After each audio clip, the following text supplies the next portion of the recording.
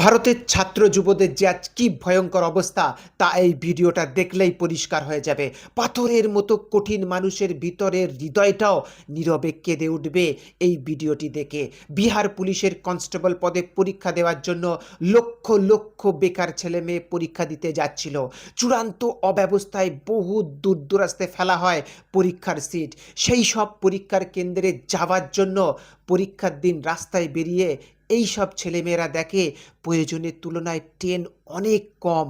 প্রচণ্ড গরমে দমবন্ধ পরিস্থিতিতে তাতেই সবাই ঠেসাঠেসি করে চেপে বসে, আর সেখানেই পোকামাকড়ের মতো পিষে যায় আজ নতুন ভারতের অসহায় বেকার যুবকরা।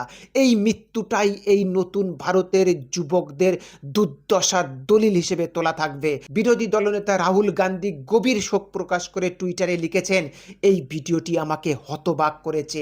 এরা সেই ভারতের অসহায় তরুণ তরুণী যে দেশে সরকার শত কোটিপতি বন্ধুদের পেছনে লক্ষ লক্ষ কোটি টাকা খরচ করে, কিন্তু নিজের ছাত্রছাত্রীদের জন্য একটা নিরাপদ যাত্রার ব্যবস্থা করতে পারে না।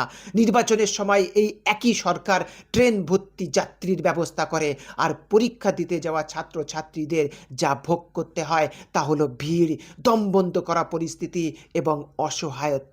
আজ যারাই অন্ধভক্ত হয়ে বসে আছো, একবার চোখটা খুলে দেখো সিস্টেমের গাফিলতির শিকার হয়ে একটা তরতাজা যুবক কিভাবে মৃত্যুর কোলে ঢলে পড়ছে। আমরা কেউই এই সিস্টেমের বাইরে নই, তাই এই ঘুণ ধরা সিস্টেমের মধ্যে পড়ে যেদিন তোমার ঘরের যুবকটাও এই যুবকটার মতো ফুরিয়ে যাবে না, সেদিন বুঝতে পারবে ব্যথাটা কোথায় লাগে। তাই ভক্ত হও, কিন্তু একেবারে অন্ধভক্ত হয়ে পড়ো না। এই দেশ আমার, তোমার, সবার। সবাইকেই দায়িত্ব নিতে হবে।